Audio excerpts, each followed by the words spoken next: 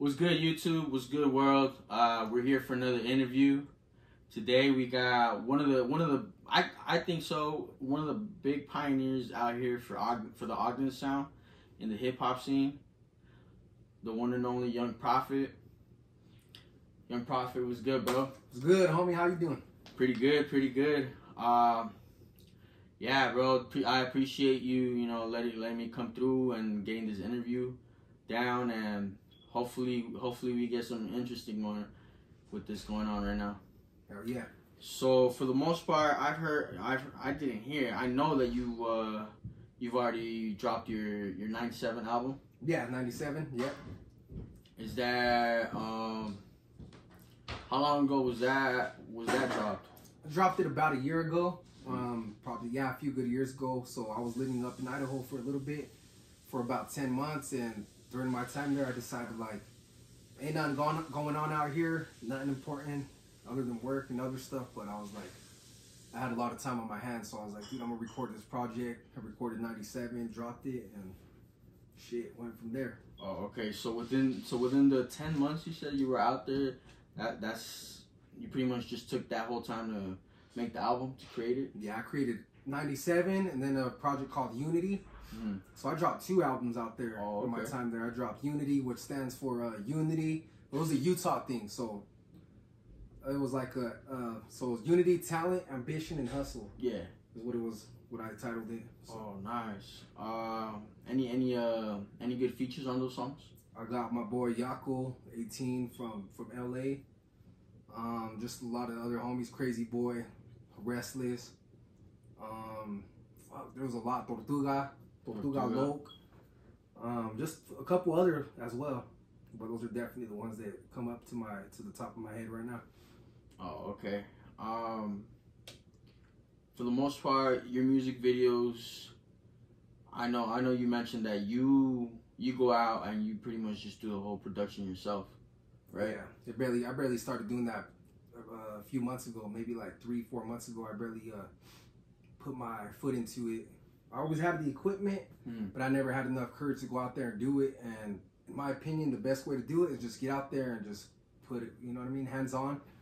The worst that could happen, you don't like it, scratch it, start all over, just mess with it and stuff, and see how the progress grows within time.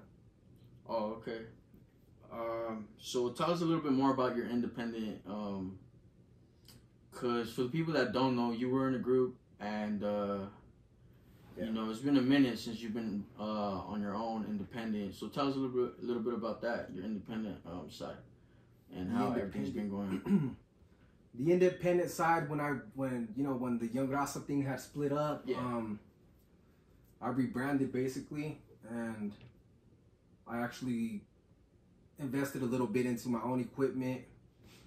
I still use the same producer, but anyways, I invested into my own equipment and just started either finding, or they would come to me, local acts, some like maybe even GMB, SM Doughboy, Weddle, some risky bands, just too many to name, way too many to name.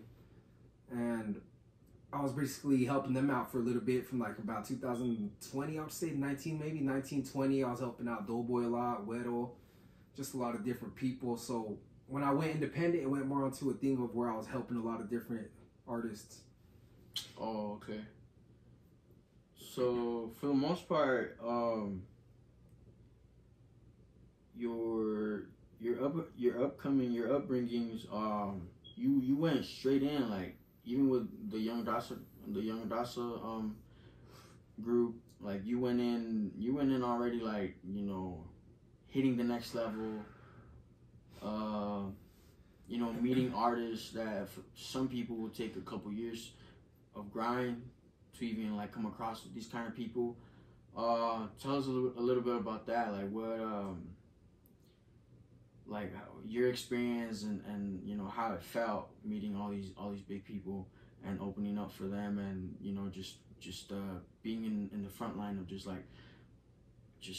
meeting a whole bunch of people in the crowd. Because I know for some of the videos and some of the shows that I've heard of and seen, they were sold out, or some of them were like just packed out to the max, right?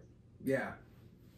So we started off with the album. It was called Rise and Shine, and even then I got a collaboration with Zigzag from MB Riders and just a lot of different local homies, and started basically we had the album and we were ready to start doing concerts. We were ready to perform, so we started shout out to Shorty Events, and we hit them up and we started performing for artists like Lighter Shade of Brown, MC Magic, Little Rob, Baby Bash, Quinto Sol. There's just way too many to name. I can't even. Brown Boy, even like Miss Crazy, just all kinds of different acts. There was like Stupid Young. Oh no, that was a different one. But yeah, Stupid Young as well, a little down the line, and just a lot of different people we opened up for and stuff. Oh, that's cool. So let's see. Who would you say would inspire you?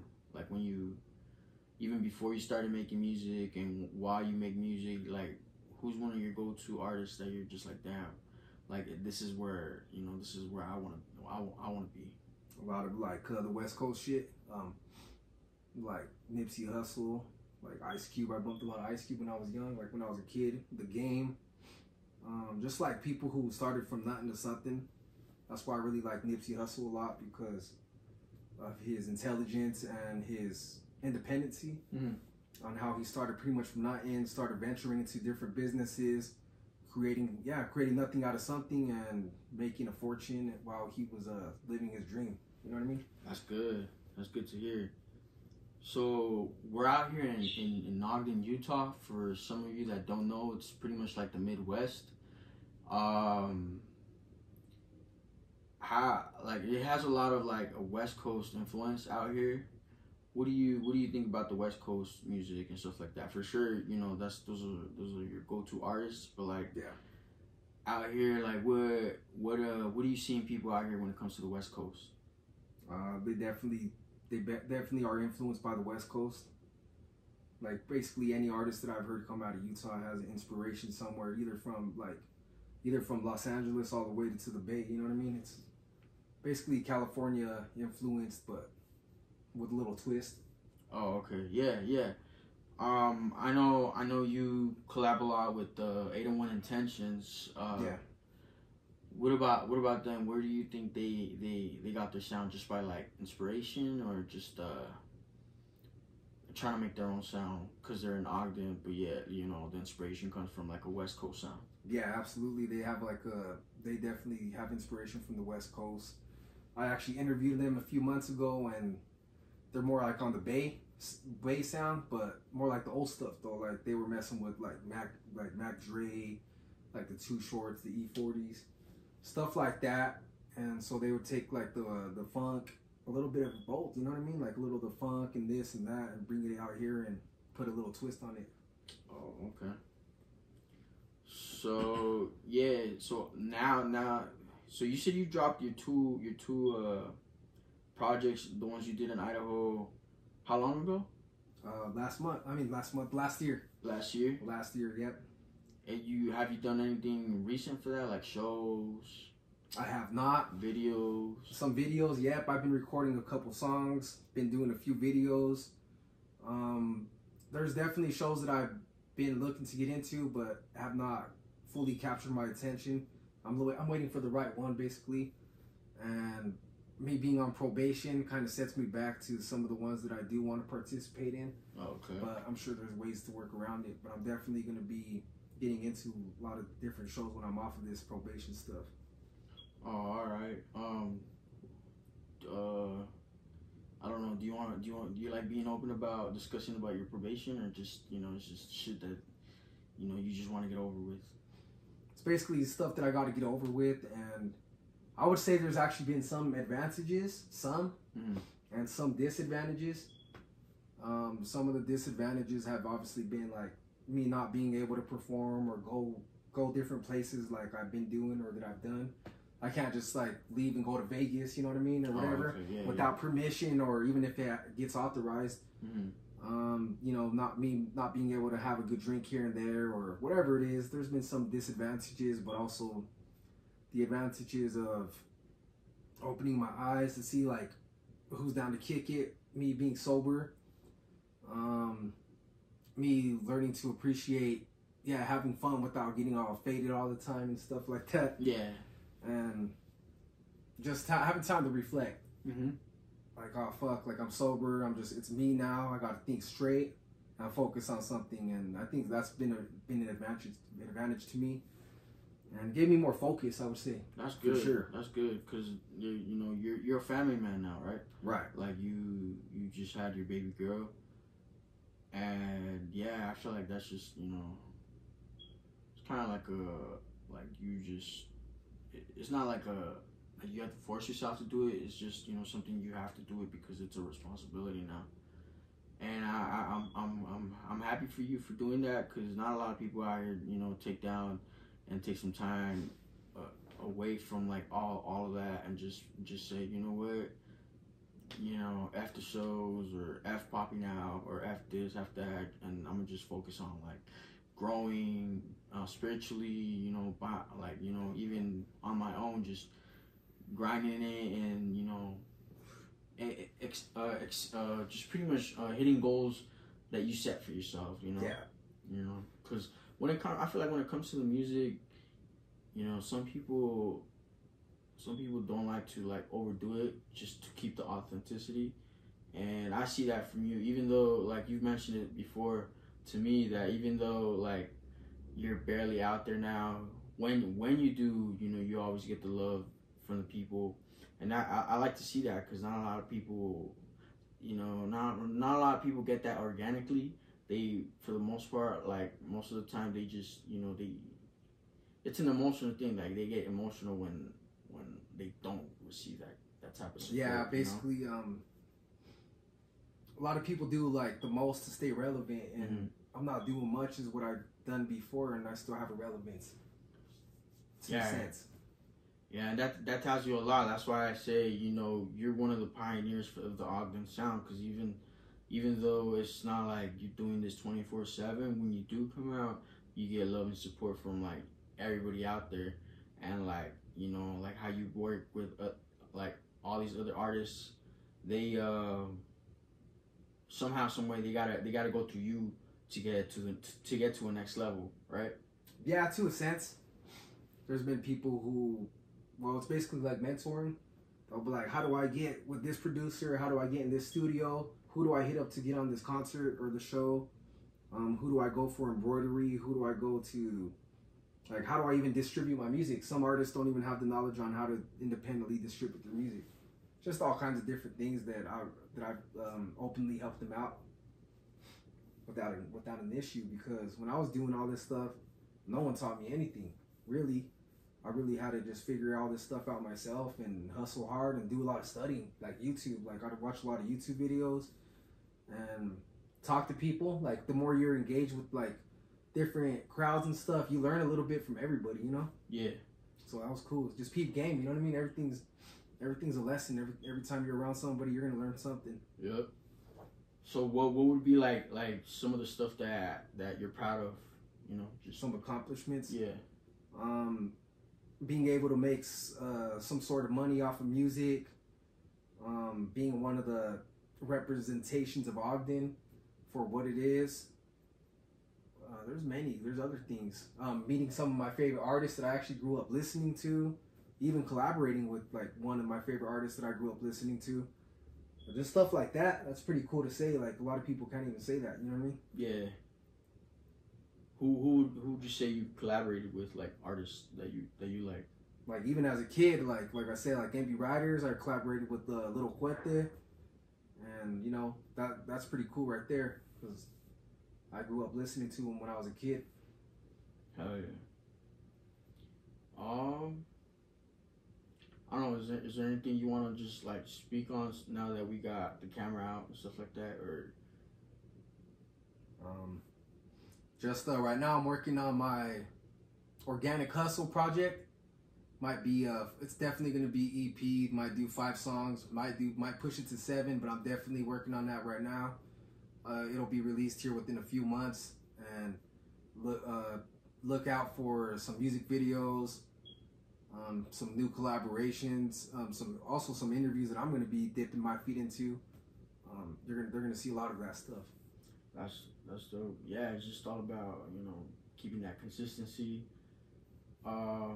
Yeah, for the most part, that's pretty much all I wanted to talk about. Just like how, so that people can get an idea of how all the stuff you've done, and then how you see things like artistically, and pretty much like how you would carry yourself. You know, is one of the things, because you know, for the like I feel like you're a big example to a lot of people, not just artists and rappers. Like, you're an example to a lot of people, and you know, I feel like Ogden's happy to have you.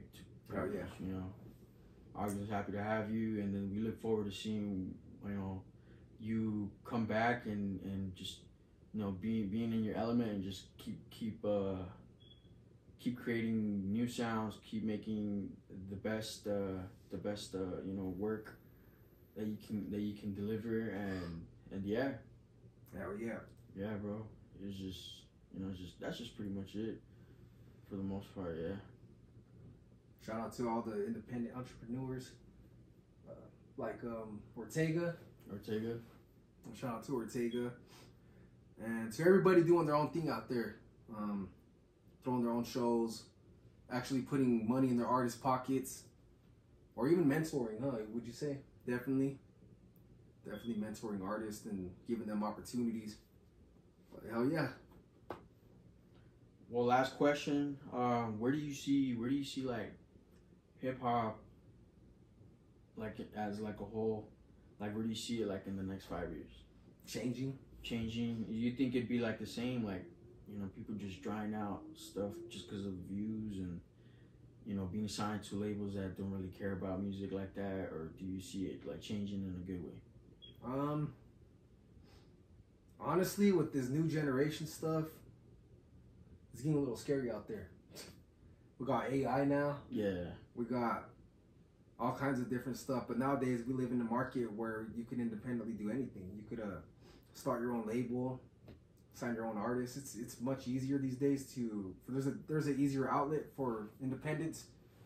But at the same time, yeah, everything's changing. It's even changed since I've started. And I started doing music like all the way from like 2015 is when I put out my first professional project. So that was about, what, 9 years ago? And yeah, was that about 9 years ago? So things have already changed since then, like from sounds to waves to all kinds of different stuff. Everything's changing, so I'm expecting in the next 5 years for a different sound, a different change, and probably like 50 more rappers, because that's really how it goes. Yeah. Most of them don't make it. It's just the truth, though. Most of them got 50 new rappers within the next 5 years, and only maybe 3 of them have a relevance. Yep, that's true. Well, Young Prophet, I mean, that's pretty much all I came to talk about. Just, you know, your new projects and your recent projects that you've done, you know, from videos and everything, live. Just, you know, I have a little conversation about Young Prophet real quick, you know, just to let the people know how,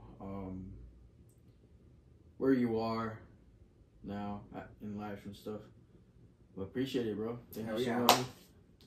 Thank you so much for that. And for everybody wanting to know where you can find him, you know, I'll link his YouTube channel. He's got a YouTube channel. I'll even link everything from where you can find his music and where you can follow him on social medias. I'll link all that in the descriptions. I appreciate it. This was the Young Prophet interview, and we'll see you again in another day. Thank you.